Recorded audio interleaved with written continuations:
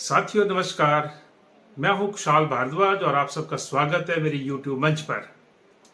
आज हम बात करेंगे चुनावों की और चुनावों में भी हम बात करेंगे कि 5 साल में एक बार ऐसा मौका आता है जनता के पास, वोटरों के पास, कि वो 5 साल का आकलन करते हुए अपना वोट देते हैं कि क्या जो सरकार हमने चुनी थी, क्या जो प्रतिनिधि हमने चुना था, क्या उस प्रतिनिधि ने हमारे लिए काम किया, क्या उस सरकार ने हमारे लिए काम किया, और उस आंकलन के आधार पर हम अपना वोट देते हैं। और यही मैं समझता हूं कि अभी जो लोकसभा का चुनाव होने जा रहा है, हमें अपना वोट सरकार का मूल्यांकन करते हुए देना चाहिए। और इसलिए मैं आपको यह भी याद दिलाना चाहूंगा कि इस वक्त जो चुनाव हो रहा है, पिछले 10 साल से हमारे देश में एक पार्टी की, एक गठबंधन की सरकार है नरेंद्र मोदी के नेतृत्व में। और उसके साथ साथ पिछला चुनाव था, चाहे इस बार का चुनाव था, यानी कि सन 2014 के चुनाव से पहले जो वायदे भाजपा ने किए थे, नरेंद्र मोदी ने किए थे, होना तो ये चाहिए था कि 2019 का चुनाव उन वायदों का आकलन करते हुए होता, लेकिन ऐसा हुआ नहीं। जो वायदे किए थे उन वायदों को पूरा नहीं किया और अगला चुनाव भावनाओं के आधार पर लड़ा गया, जहां पर पुलवामा को प्रचारित करते हुए और उसके बाद बालाकोट को प्रचारित करते हुए वो चुनाव लड़ा गया और देश के अंदर एक सांप्रदायिक एक ध्रुवीकरण करते हुए चुनाव लड़ा गया। और इस बार यानी कि 10 साल के बाद 2024 में तीसरी बार मैंडेट मांगने जा रही है बीजेपी और नरेंद्र मोदी। और इस बार भी जो वायदे किए थे, चाहे 2 करोड़ नौकरियां देने का वायदा था हर साल, चाहे किसानों को एमएसपी देने का वायदा था, चाहे किसानों को स्वामीनाथन कमीशन की सिफारिशों के अनुरूप C2+50% देने का वायदा था, चाहे इस देश की सीमाओं की रक्षा करने का वायदा था, चाहे हमारे देश के इकोनॉमी को बढ़ाने का वायदा था, चाहे हमारे देश के अंदर महिलाओं के साथ, दलितों के साथ, आदिवासियों के साथ, समाज के कमजोर तबकों के साथ जो वायदे किए थे, उनका मूल्यांकन, उनका आकलन करते हुए आपको वोट देना है। क्या आज बेरोजगारी की दर है? क्या आज हमारे पीडीएस की स्थिति है? क्या आज हमारी अर्थव्यवस्था की स्थिति है? इन सारी बातों को मद्देनजर रखते हुए हमें वोट देना चाहिए। और इसलिए सरकार बेशक मुद्दों से भटकाने की कोशिश कर रही है, सरकार बेशक इस चुनाव को जनता के मुद्दों से दूर ले जाना चाहती है, लेकिन हम सरकार को याद दिलाएंगे। और इसलिए आज जिस मुद्दे के ऊपर मैं बात करने जा रहा हूं वो है बेरोजगारी का मुद्दा। बेरोजगारी दूर करने के लिए नरेंद्र मोदी का, भाजपा का क्या वायदा था इस देश के युवाओं के सामने, इस देश की जनता के सामने, उसका मूल्यांकन आज करने की जरूरत है। लेकिन इससे पहले कि उसका मूल्यांकन करें, मेरा आप सब लोगों से अनुरोध है कि आप मेरे इस YouTube चैनल, जिसका नाम कुशाल भारद्वाज है, आप इसको सब्सक्राइब जरूर कर लें, क्योंकि हर दिन हम अलग अलग मुद्दे के ऊपर बात रखेंगे और उस आधार पर हम जनता के बीच में भाजपा के ही किए वायदों की याद लाएंगे और असल में 10 साल में बीजेपी की सरकार ने क्या किया है देश के अंदर, नरेंद्र मोदी ने क्या किया है देश के अंदर, उन वायदों को पूरा करने के लिए उसका जिक्र आपके सामने करेंगे। तो आज का जो टॉपिक है वो है बेरोजगारी का। तो साथियों, बेरोजगारी दूर करने के लिए जो सबसे बड़ा वायदा हमारे देश के वर्तमान प्रधानमंत्री नरेंद्र मोदी ने सन 2014 के चुनाव से पहले इस देश के युवाओं के सामने किया था, जनता के सामने किया था, वो ये था कि अगर बीजेपी सत्ता में आएगी तो हर साल 2 करोड़ नई नौकरियां देगी, जिसके मुताबिक पिछले 10 सालों में 20 करोड़ नए नौकरियां लगनी थी युवाओं की। तो उसका ही आज आंकलन हम करेंगे।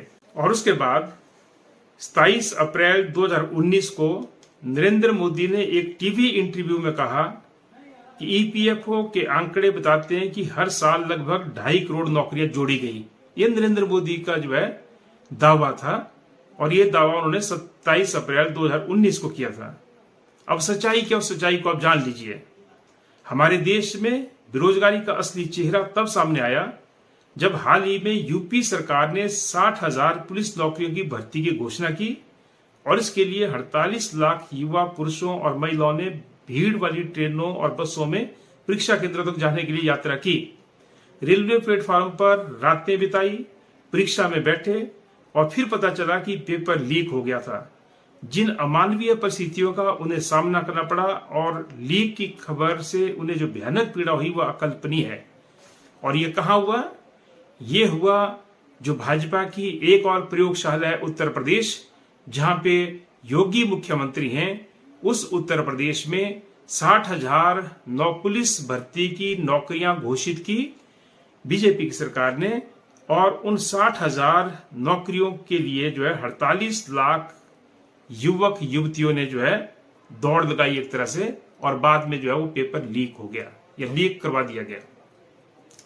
तो लाखों लाख नौजवानों के सपनों को चकनाचूर कर दिया। सन 2016-17 में हमारे देश में लगभग 41 करोड़ 27 लाख लोग कार्यरत थे, यानी कि रोजगार में लगे थे, जो ग्रामीण या शहरी इलाकों में कृषि से लेकर के उद्योग और सेवा क्षेत्रों की सभी प्रकार की नौकरियों में शामिल थे। 2022-23 में यह संख्या घटकर 40 करोड़ 57 लाख हो गई, यानी 70 लाख से अधिक नौकरियों का कुल नुकसान हुआ इस दौर में। एक अनुमान के अनुसार हर साल लगभग 80 लाख व्यक्ति वयस्क होने पर कार्यबल में शामिल हो जाते हैं। ऐसी स्थिति में जहां नौकरीशुदा या नियोजित लोगों की कुल संख्या घट रही है, इन नए नौकरी पाने वालों की भीड़ बेरोजगारों की फौज में जुट रही है। 2016-17 में बेरोजगारी लगभग 7.4% थी, और उतार चढ़ाव से गुजरने के बाद 2022-23 में यह थोड़ा अधिक बढ़ करके 7.6% यानी 7.6% हो गई, यानी कुल मिलाकर के करीब 3 करोड़ लोग बेरोजगार हो गए हैं। इसमें विनाशकारी महामारी वाले वर्ष भी शामिल नहीं है, जब बेरोजगारी 25% से अधिक हो गई थी, यानी कि महामारी के दौर में 25% से ज्यादा बेरोजगारी हो गई थी। तो इसमें जो है वो महामारी वाला दौर भी शामिल नहीं है, लेकिन 3 करोड़ लोग जो है इस दौरान बेरोजगार हो गए। अपनी इस विफलता को छिपाने के लिए मोदी और उनके मंत्री अक्सर भ्रामक आंकड़े और बयान देते रहते हैं, ताकि यह दिखाया जा सके कि नौकरियां पैदा हो रही हैं। उदाहरण के लिए एक पसंदीदा विषय भविष्य निधि योजना में नामांकन का है, जिसमें दिखाया गया है कि इसकी संख्या काफी बढ़ी है। यह दावा कि भविष्य निधि योजना में बढ़ता नामांकन नई नौकरियों के पैदा होने का प्रतिनिधित्व करता है, निराधार है, क्योंकि सरकार द्वारा इसके लिए नियोक्ताओं को वित्तीय प्रोत्साहन देना शुरू करने के बाद कई मौजूदा कर्मचारियों को पंजीकृत किया गया है। इसके अलावा संविदा या ठेके पर काम कर रहे श्रमिकों के अनिवार्य नामांकन पर सुप्रीम कोर्ट के फैसले से इसमें तेजी आई है। एक और बेतुका दावा यह है कि 2015-16 और 2022-23 के बीच 4 करोड़ 1 लाख लोगों को दिए गए मुद्रा योजना ऋण रोजगार पैदा करने का संकेत देते हैं। हालांकि औसत ऋण राशि केवल 55,622 रुपए है। यह अल्प राशि एक छोटे व्यवसाय के मालिक को नए कर्मचारियों को काम पर रखने में कैसे मदद करती है, यह कल्पना से परे की बात है। मोदी ने यह भी वायदा किया था साथियों कि उनकी नीतियां रोजगार की प्रकृति को बदल देंगी। लोगों को कृषि से, विनिर्माण से, सेवा क्षेत्र में अधिक सुरक्षित बेहतर वेतन वाली नौकरियों में स्थानांतरित किया जाएगा। उन्होंने वायदा किया था कि जीडीपी में विनिर्माण का योगदान 17% से बढ़कर के 25% हो जाएगा। लेकिन सच्चाई तो यह है कि सकल घरेलू उत्पाद में विनिर्माण का योगदान 2020 तक घट करके केवल 13% रह गया था, और अब धीरे धीरे 17% पर वापस आ रहा है। नौकरी के संकट ने लोगों को गांवों में वापस जाने पर मजबूर कर दिया है, ताकि वे अत्यधिक बोझ वाले ढहते कृषि क्षेत्र से जो कुछ कमा सकते हैं उसे कमाने की कोशिश करें। भारत का 46% कार्यबल कृषि या संबंधित गतिविधियों में काम कर रहा है, जिससे उनके श्रम का रिटर्न कम हो रहा है। खेतीहर मजदूर बहुत कम पैसे पर काम करते हैं, और वे भी खेती के मौसम में ही काम मिलता है। इन सभी को रोजगार के रूप में गिना जाता है, हालांकि यह वास्तविक में छिपी हुई बेरोजगारी है। 2014-15 में लगभग 5.8 करोड़ लोगों ने ग्रामीण रोजगार गारंटी योजना यानी कि मनरेगा में काम किया था।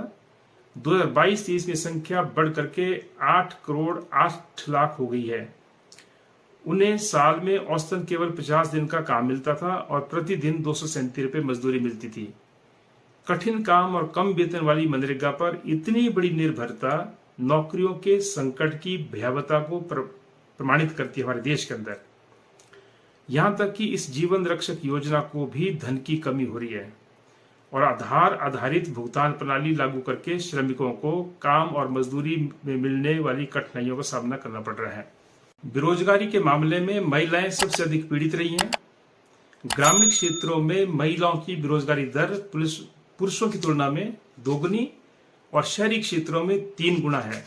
हाल ही में आंकड़े जारी किए गए हैं जो दावा करते हैं कि महिलाओं की काम की भागीदारी में वृद्धि हुई है, लेकिन ये भ्रामक प्रचार है। अधिकांश वृद्धि महिलाओं द्वारा स्वरोजगार और अवैतनिक कार्यों में हुई है, जिन्हें कीमतें ऊंची होने, कम मजदूरी मिलने और नौकरियां उपलब्ध नहीं होने पर अपना और अपने परिवार का भरण पोषण करने के लिए कई तरह के काम करने पर मजबूर होना पड़ता है। पुलिस बलों से लेकर विश्वविद्यालयों, अस्पतालों और न्यायपालिका से लेकर के बैंकों तक केंद्र सरकार द्वारा नियंत्रित नौकरियों में लगभग 10 लाख रिक्तियां मौजूद हैं, यानी कि 10 लाख पोस्टें वेकेंट पड़ी हैं। यहां कोई भर्ती नहीं की जा रही है और इस भारी विफलता को छिपाने के लिए प्रधानमंत्री ने कुछ सीमित नौकरियों के नियुक्ति पत्र बांटने का काम शुरू कर दिया है, जो एक निरर्थक अभ्यास है। एक केरल राज्य को छोड़ दें जहां पर वाम मोर्चा की सरकार है, वाम जनवादी मोर्चा की, तो केरल राज्य को छोड़ दें तो हर जगह, हर राज्य में राज्य सरकारें भी सभी नौकरियों को नहीं भर पाई हैं। यानी केरल को छोड़ करके कोई भी राज्य खाली पदों को नहीं भर रहा है। एक हालिया सर्वेक्षण में पाया गया कि राज्य सरकार की नौकरियों में 1,04,000 रिक्तियों के होने वाली परीक्षाओं के पेपर लीक होने के 41 मामले सामने आए, जिससे लगभग 1 करोड़ 4 लाख युवा आवेदक प्रभावित हुए और उनमें से अधिकांश अभी भी प्रक्रिया के पूरी होने का इंतजार कर रहे हैं। सार्वजनिक क्षेत्र के उद्यमों में विनिवेश करने के साथ शिक्षा, स्वास्थ्य और विभिन्न अन्य सेवा क्षेत्रों में मोदी के निजीकरण करने का मतलब है कि न केवल नौकरियां कम हो गई हैं, बल्कि कम वेतन, कोई लाभ नहीं और अस्थायी नियुक्ति के साथ संविदात्मक नौकरियां भी बढ़ गई हैं। यहां तक कि पेंशन और अन्य लाभों के भुगतान से बचने के लिए बनाई गई कुख्यात अग्निवीर योजना के तहत सशस्त्र बलों के सैनिकों को भी अनुबंध के आधार पर काम पर रखा जा रहा है। 2022 में अचानक इस योजना की घोषणा के बाद लाखों सशस्त्र बलों के उम्मीदवार अधर में लटक गए हैं। क्या किया जाना चाहिए दोस्तों?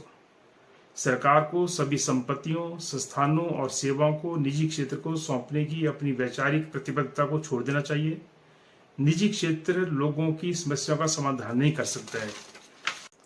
सरकार को सार्वजनिक निवेश बढ़ाना चाहिए। इसे एमएसपी की गारंटी दे करके किसानों को सहायता देनी चाहिए।